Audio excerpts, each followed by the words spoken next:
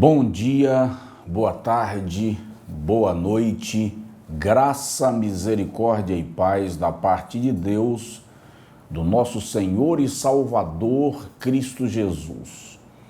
Este é o nosso Segundo às 18, trazendo para você a nossa cooperação para a sua vida e crescimento espiritual.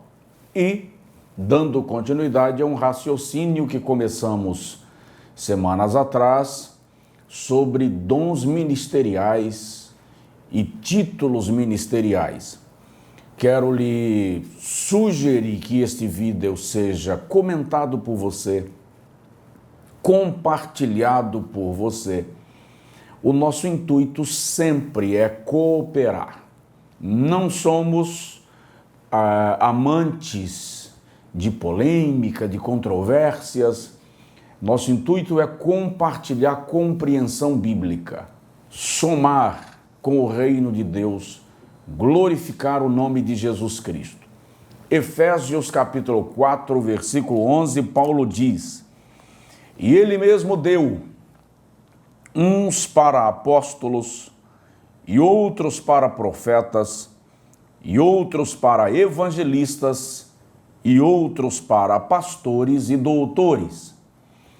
No último Segundo às 18, que tratamos desse assunto, eu pontuei da questão do dom ministerial, da graça de Deus revelada sobre aqueles que são chamados para o santo ministério e da responsabilidade que é estar na liderança do rebanho do Senhor, mesmo porque Paulo diz aos líderes da igreja de Éfeso mesmo: "Olhai por vós e pelo rebanho, sobre o qual Deus vos constituiu apacentadores, ou bispos, ou pastores."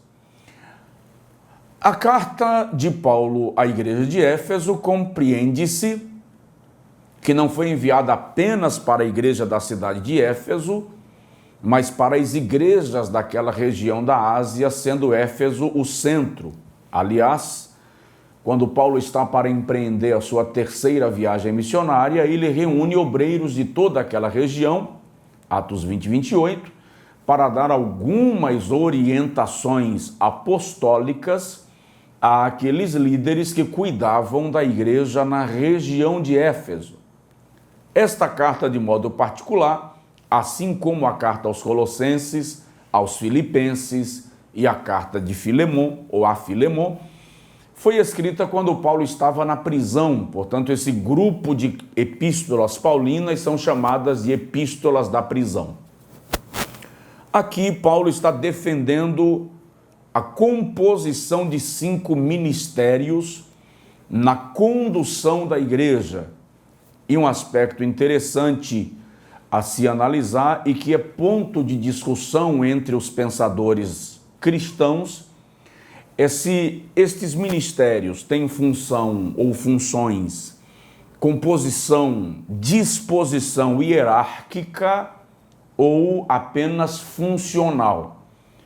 Uma análise detalhada do texto vai nos levar a entender que a disposição dos 5 ministérios tem mais característica funcional do que hierárquica. No entanto, dentro de cada estrutura denominacional, se cabe, obviamente, sem ferir o princípio fundamental da doutrina, que haja, repito, dentro dessa estrutura de cada denominação, a aceitabilidade da hierarquia, que é um princípio organizacional. Mas quero lembrar, do ponto de vista da disposição paulina, fica claro, aceitável, que a ideia de Paulo não é trabalhar os ministérios do ponto de vista hierárquico, mas do ponto de vista de simultaneidade, de cooperação mútua, visando, ele diz no versículo 12, visando o aperfeiçoamento dos santos ou o cuidado com as igrejas ou com a igreja do Senhor. O primeiro dom ministerial que Paulo observa e pontua aqui é o ministério apostólico. E nos últimos anos nós estamos vivenciando uma enxurrada de apóstolos ao redor do mundo e de modo particular no nosso Brasil, que é o que mais tange ao nosso pensamento e vivência diária. Até que ponto o ministério apostólico nos nossos dias é aceitável? Bom, as denominações mais ortodoxas, os pensadores mais conservadores, não aceitam a ideia do ministério apostólico nos nossos dias e defendem que apóstolos foram apenas aqueles que andaram com o Senhor Jesus e que testemunharam do seu ministério, dos seus milagres, da sua morte e da sua ressurreição, salvo o apóstolo Paulo, que de si mesmo testifica que o Senhor lhe apareceu. Então, embora Paulo não tenha convivido com Jesus em seu ministério, o Senhor lhe apareceu de maneira clara e lhe concedeu. O termo que estes pensadores usam é concessão apostólica. O Senhor concedeu a Paulo autoridade apostólica. Dentro deste pensamento e deste raciocínio, a ideia do ministério apostólico no nosso tempo é absolutamente negada, rejeitada e detestada. No entanto, a minha opinião no tocante a isso, se é que cabe a minha opinião numa galeria de tantos pensadores eruditos, nobres, extraordinariamente preparados para a discussão, mas se cabe a minha opinião, eu vou colocar em questão como eu posso reconhecer dos 5 ministérios 3 e rejeitar 2 se eles estão postos na mesma disposição. Exemplo, nós aceitamos o ministério de pastores, de evangelistas, de mestres ou doutores, mas rejeitamos que o ministério apostólico e o ministério de profeta exista nos nossos dias. Esse é um ponto que nós precisamos questionar. E justamente por causa desse questionamento, entendo que o ministério apostólico é válido, aceitável e biblicamente chancelado no nosso tempo. Agora eu abusei na colocação, provavelmente, para este pensamento mais conservador. Mas eu gostaria de chamar a atenção para outra questão, que não é exatamente a questão da legalidade do ministério apostólico nos nossos dias, mas uma questão que é muito mais preocupante, que é a da banalização do termo. É incrível como, com todo respeito àqueles que de fato o são, por favor, com todo respeito à unção na vida e ministério de cada um, por gentileza, não me tenha por desrespeitoso, descuidadoso e irreverente, porque não o sou e não penso que alguém deva ser. Mas estão brotando apóstolos em todas as esquinas, estão brotando apóstolos em todas as igrejas. Não há um cuidado, um zelo no que tange aos critérios bíblicos para o ministério apostólico. E essa é a parte que preocupa, porque deixou de ser uma questão de unção, deixou de ser uma questão de função, deixou de ser uma questão de capacitação ministerial delegada pelo Senhor da igreja, porque é Ele mesmo quem dá, e passou a ser uma questão de status, de titularidade, de promoção, de mera e irrestrita hierarquia, poder de mando, poder de comando.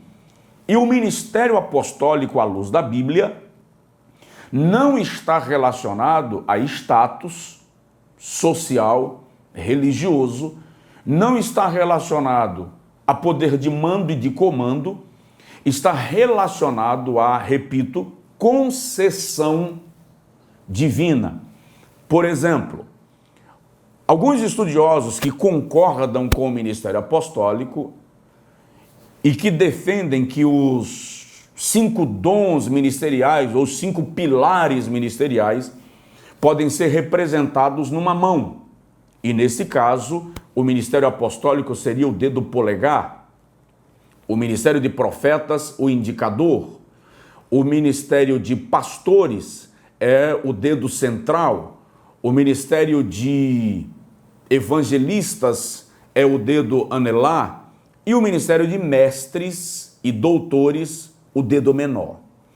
Partindo desse princípio, partindo dessa ilustração, o ministério apostólico, representado no polegar, você vai perceber que ele é o único dedo que consegue alcançar os outros 5 dedos da mão, o que dá a entender que requer-se que o ministério apostólico agregue em si habilidades dos outros 5 ministérios. Ou seja, o apóstolo precisa ter características de profeta. E, por favor, nós vamos falar isso na próxima segunda-feira. Não entenda o profeta como aquele que profetiza. Nós não estamos falando do dom de profetizar, mas do dom ministerial de profeta, que é diferente. Falamos isso na próxima segunda. Então, o ministério apostólico precisa agregar, dentro dessa perspectiva, a habilidade do ministério de profeta, a habilidade do ministério de evangelista, a habilidade do ministério de pastor e a habilidade do ministério de mestre. Se a gente for analisar, nessa enxurrada apostólica que está acontecendo no Brasil, boa parte daqueles que se denominam ou autodenominaram-se apóstolos não agregam em si as habilidades ministeriais dos 5 pilares destes ministérios que trabalham para o aperfeiçoamento dos santos e a edificação da igreja. Quando nós analisamos o ministério apostólico à luz de Atos, do livro de Atos ou dos Atos, à luz das próprias epístolas paulinas e das demais epístolas, nós vamos perceber que o apóstolo precisa trazer sobre si a marca da experiência pessoal com Jesus. Daí Paulo dizer, desde agora ninguém me moleste, ninguém me perturbe, porque eu trago no meu corpo as marcas do Senhor Jesus. Segundo, o ministério apostólico precisa trazer em si a marca da implantação de igrejas, do evangelismo e da formação de obreiros para assumir estas igrejas. E o detalhe, pelo menos à luz da Bíblia, não há uma demanda do apóstolo por ser presidente das igrejas que ele estabeleceu. Ele chega, se estabelece numa cidade, funda e organiza uma igreja, forma obreiros para cuidar daquela igreja, e quando ela está pronta e tem obreiro para assumi-la, ou ele trazer de outro lugar, então ele segue para outra cidade para fazer o mesmo trabalho, implantando igrejas de cidade em cidade. É da missão do apóstolo, além da marca da experiência pessoal, a implantação de igrejas, o cuidado de sempre voltar averiguando se estas igrejas permanecem na fé que foi ensinada, nos fundamentos doutrinários que lhe foram passados.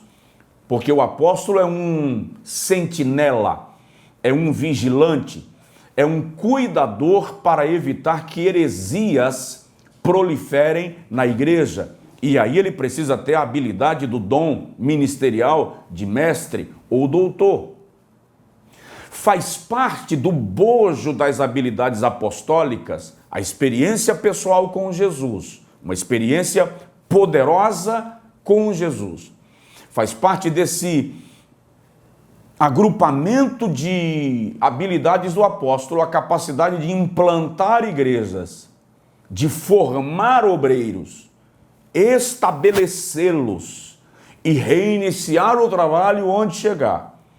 Mas também faz parte da habilidade do ministério apostólico a manifestação dos milagres. Não. No Brasil, alguém se torna apóstolo porque pastoreia algumas igrejas, ou porque ora e Jesus cura, ou porque ganhou um ministério de projeção nacional ou regional, e isso faz ele sentir-se digno da titularidade apostólica. Mas eu vou repetir, não é apenas um título, é uma concessão divina. E se é uma concessão divina, ela deve vir coberta de sinais que atestam, que chancelam esse ministério apostólico. Lamentavelmente, em muitos poucos casos, ou em muitos poucos casos, é o nosso português, em muito poucos casos, estas aplicações, essas habilidades são encontradas nos chamados apóstolos no Brasil. O que significa que boa parte daqueles que decidiram se denominar apóstolos, na prática, na essência, não resistiriam a uma análise bíblica da aplicação do termo. Então, não estou questionando se alguém é apóstolo ou deixa de ser. Não estou questionando, embora tenha posto para análise e estudo seu e pensamento seu e sugestão sua, se apóstolos seriam apenas aqueles que andaram com Jesus ou se há a legalidade, a aceitabilidade do ministério apostólico na atualidade. Meu pensamento particularmente concorda com o ministério apostólico na nossa dispensação, visto que nós aceitamos os 3 outros ministérios, não tem por que negar 2. Agora, não é aceitar de maneira banal, barata, de qualquer forma. Nós temos que pensar nas habilidades, nas características que devem caracterizar o ministério apostólico e que revelam a concessão de Deus do ministério apostólico sobre a vida de alguém. São questões a pensar. E ele mesmo deu uns para apóstolos. Então o apóstolo precisa ter a marca de uma experiência real, inquestionável com Jesus. Ele precisa ter a habilidade do evangelismo para a implantação de igrejas, formação de obreiros, estabelecer esses obreiros nas igrejas implantadas e cuidar da preservação doutrinária destas igrejas. Ele precisa ter a marca dos milagres no seu ministério.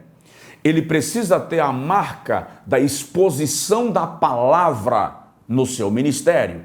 Neste caso, lamento dizer que em muitos casos, apostolado no Brasil está sendo apenas titularidade, status, vaidade, sem o respaldo bíblico e o respaldo do Espírito Santo para tal titularidade. Repito, em muitos casos, não estou generalizando. Esse é o nosso 2/18, bem-vindo, esse é o nosso pensamento sobre dons ministeriais e ministério apostólico. Repito, compartilhe esse vídeo, torne-se assinante das nossas redes sociais, nos acompanhe no YouTube, nos acompanhe no Instagram, nos acompanhe no Twitter, nos acompanhe no idplay. Fique com a gente, faça parte do nosso ministério. Deus abençoe sua vida. Um forte abraço, em nome de Jesus. Fica com Deus, fica com a gente.